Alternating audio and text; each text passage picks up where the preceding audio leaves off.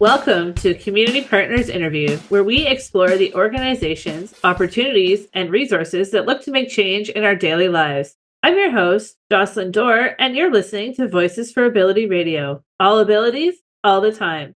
Today, I'm joined by Chris Magowan, Special Education Specialist and founder of All and Every. All and Every are professionals who support autistic people, people with special needs, and their families. They help their clients enhance their strengths and support them through challenges to achieve their personal goals. Thank you for joining us today, Chris. Thanks, Jocelyn. Tell us a bit more about you and what inspired you to establish All and Every and to work with individuals with disabilities. Yeah, for sure. So a long time ago, I worked at a private school that supported autistic youth, and it was about 30 children and 30 teachers. And I worked in this environment. It was incredible. I ended up becoming, I guess, what you call the vice principal of the school or the assistant director. We ran a charity there. And so I loved working as a teacher with individuals with special needs. I came to London, Ontario after that, and I started working with adults, and I started noticing a little bit of a gap between the services when there were transitions that were happening. So transitioning from grade school to high school, from high school to post-secondary or the workforce, and recognizing that there were gaps in those transitions for support.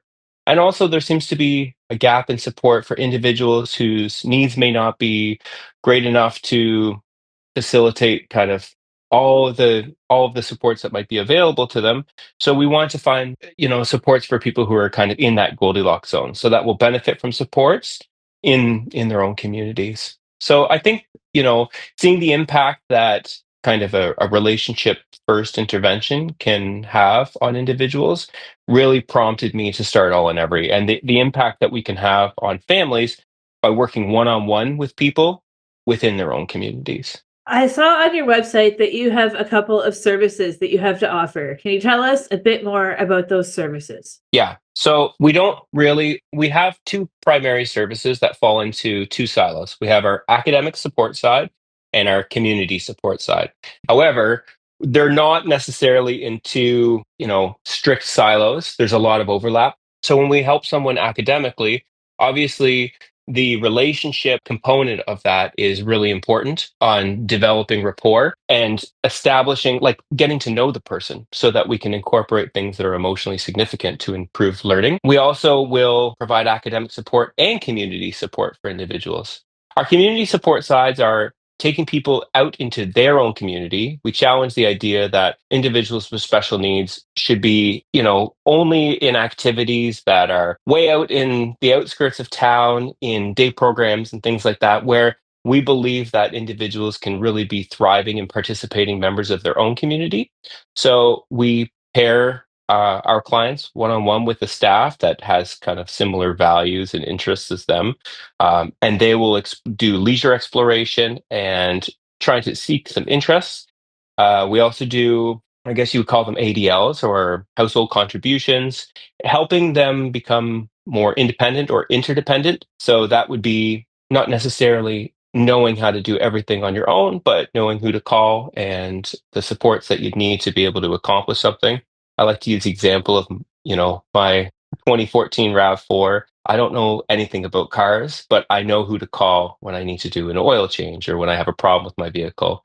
So we help increase our clients' agency by being curious with them. Can you tell me about the education fund? Yeah, so that was over the last year or so. What we want to do is make sure that our services are accessible to all of those who want to, access our services. We typically people can get funding through Passport if they're over 18 or SSAH if they're under. And the education fund was prompted for families that are waiting for funding and may not receive funding for a couple of years. This is something that and we want to be able to provide support right away. So we prioritize single family homes and new Canadians to try to raise a little bit of money so that if our sliding scale is not feasible, there's no funding, that they can still access our services. And we've so far we've raised through the generosity of some of the clients that we currently have enough to provide supports for one family so far for about half a year. But again, we are a for-profit organization, so it's challenging to receive donations. But that goes directly to the families and providing the valuable support that we give. Can you tell us about, I know on your website there was some resources. Can you tell me a bit about some of those? Yeah, for sure. So a big part of why I started All in Every is that there are a lot of resources, grants, opportunities, funding bodies. It's really hard to find those things for families. And some organizations and some other business models, they try to package those up and sell them as a product to say, this is where all the resources are. We want to make our resources available for free and available to families so that they can receive the funding that they're entitled um, to look at creative ways to potentially to utilize their funding in a way that's best suits their family. I know I don't really look at All and Every as being trying to be competitive and to try to promote our services for everybody. It may not be appropriate for everyone, but we want to make sure that if it isn't, that we're at least giving you some insight and some strategies that might be applicable at home, making sure that you have funding that's available or pointing you in the right direction of where you want to start. Because everybody that we meet is kind of on a different stage of their journey. Some people are not ready for one-on-one support, or it might not be appropriate at the time, but we want to make sure that we're giving them as much as we can before we depart. And usually that takes place during our kind of initial consultations that I provide for free to families, just to get to know them, their circumstances, and how we might be able to help. Are there any restrictions to the services at all and every, such as age or disability types? So the families that we support come are from a broad chronological and developmental spectrum. I would say that the core of our service, I would, if it was to provide kind of like a one sentence or two sentence explanation, it would be adolescents and young adults who are seeking greater independence in their communities or in academics. But we do have clients that are younger. We support, I think our youngest client right now is 8 years old, and the oldest person we support is 70. So there's no real limit. But again, we have to make sure that our staff that are providing the support and the quality of support that we provide, like, if it's in the community or if it's academically, we want to make sure that we are the right support. So there are circumstances where we say,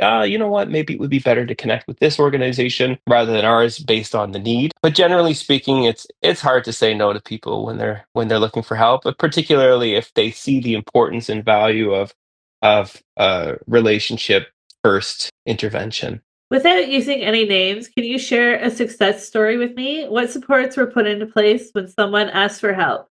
Yeah, for sure. We got a lot of success stories. So I'd say that, I mean, one of my first ones that really felt special is I met a young man when he was kind of finishing up grade eight, and I supported him academically. And obviously, when we're providing supports academic, we're working on all those other developmental milestones around engagement and purposeful communication, problem solving. So we got to know each other. He is a wonderful young man. He goes to high school.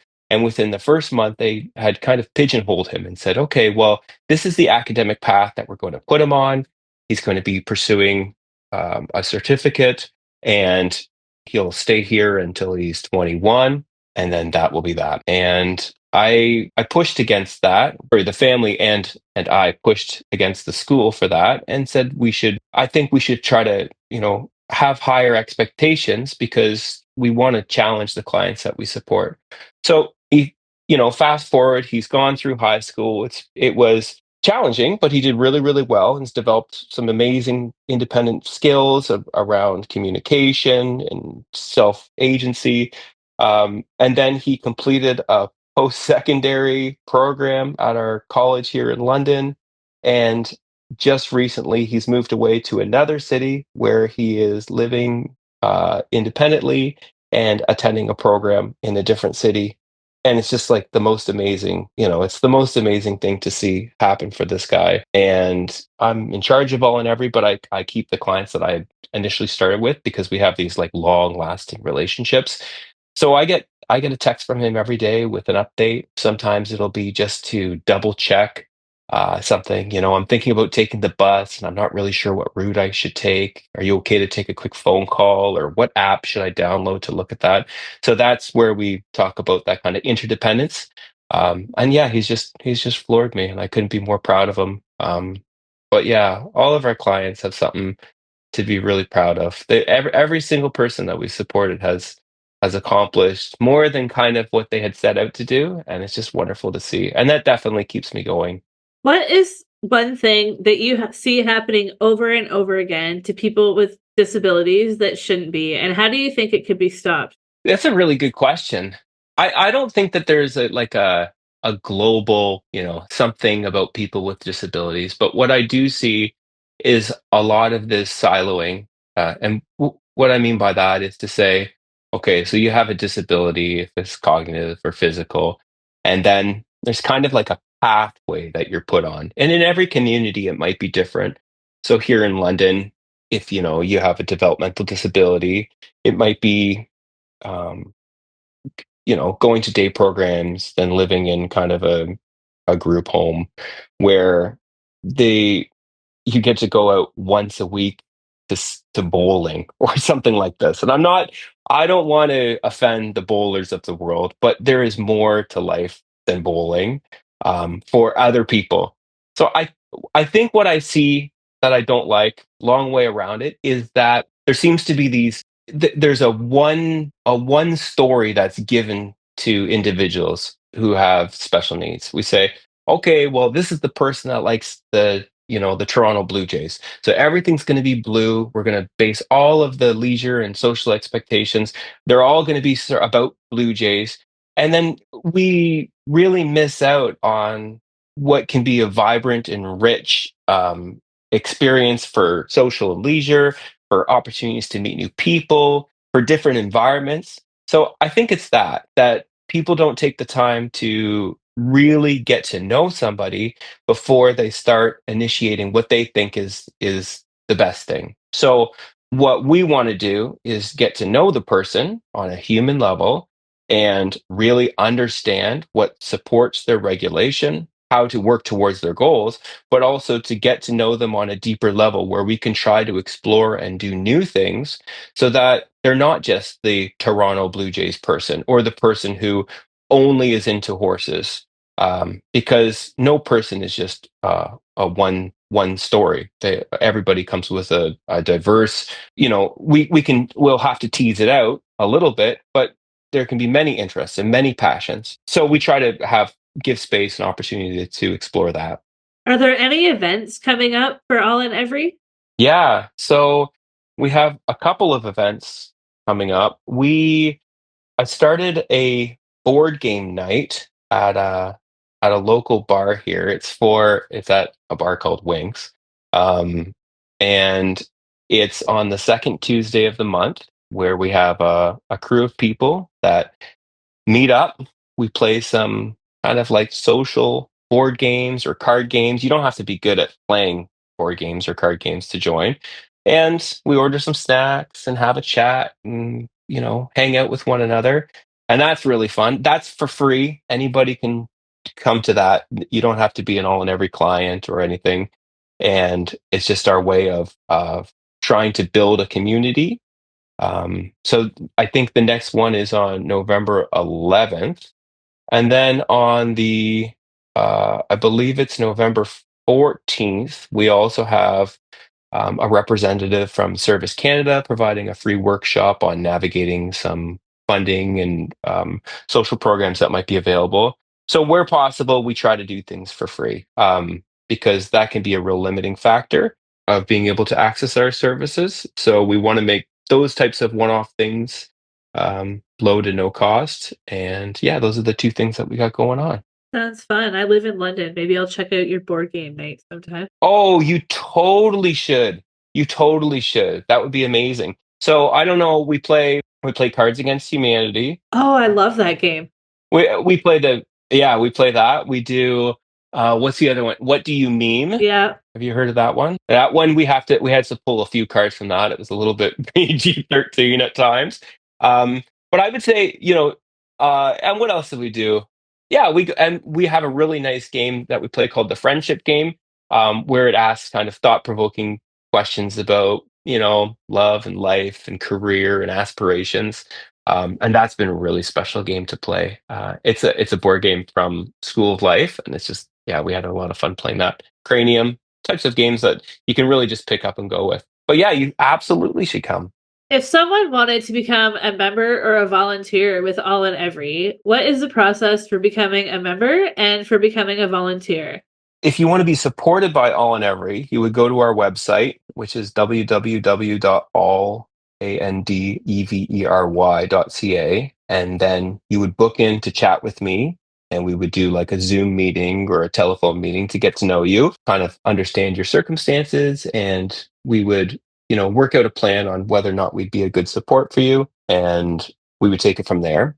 If you wanted to volunteer with us, we don't really have a lot of opportunity for volunteering because we really want we need we really want to be consistent, and so to have consistency we need people who are accountable to be there, and that means long-term connections because a one-off thing is great. So if somebody wanted to come volunteer at the board game night, great, come and have some fun with us, and maybe you can help support people while you're there or bring a friend or just add to the fun vibe of it. Like, great. Our staff are bona fide staff with experience and qualifications that are important to be able to help support and lead our clients in this kind of shared exploration. So I guess I'm not saying no to volunteers, but I think that All and Every is pretty small right now, and we're definitely trying to, as we grow, we're growing in a very small and controlled way without compromising on the services that we're offering. So yeah, so not a ton of opportunities there, but I would say maybe the board game night or an opportunity to do something new. If somebody has a great idea and they want to, start something up, I'd be happy to help facilitate that and make it happen. What is the one thing that everyone needs to know about All and Every? Oh my goodness. What okay, so what does everybody need to know? You know what? I think what you need to know about All and Every is that we are just regular, real people over here trying to help out as best we can. We have the benevolence of being a small organization that we can pivot and support people in a variety of contexts. We're not limited by a board of directors. We're not limited, through any other means. We can really go where the help is needed the most. And we get quite involved with families. So I think it's important to know that if you want to be supported by us, we're kind of there for the long haul if you'd like the support. It's not we don't look at it as, oh, you come and you have your appointment for a couple hours a week or a couple times a week. Like we really you become part of our family and we become part of yours. And we really seek to try to help you through those milestones. And we really try to pull what we can from our clients so that they're in the driver's seat and we're just helping the directions. If listeners are looking for more information, how can they reach out to you?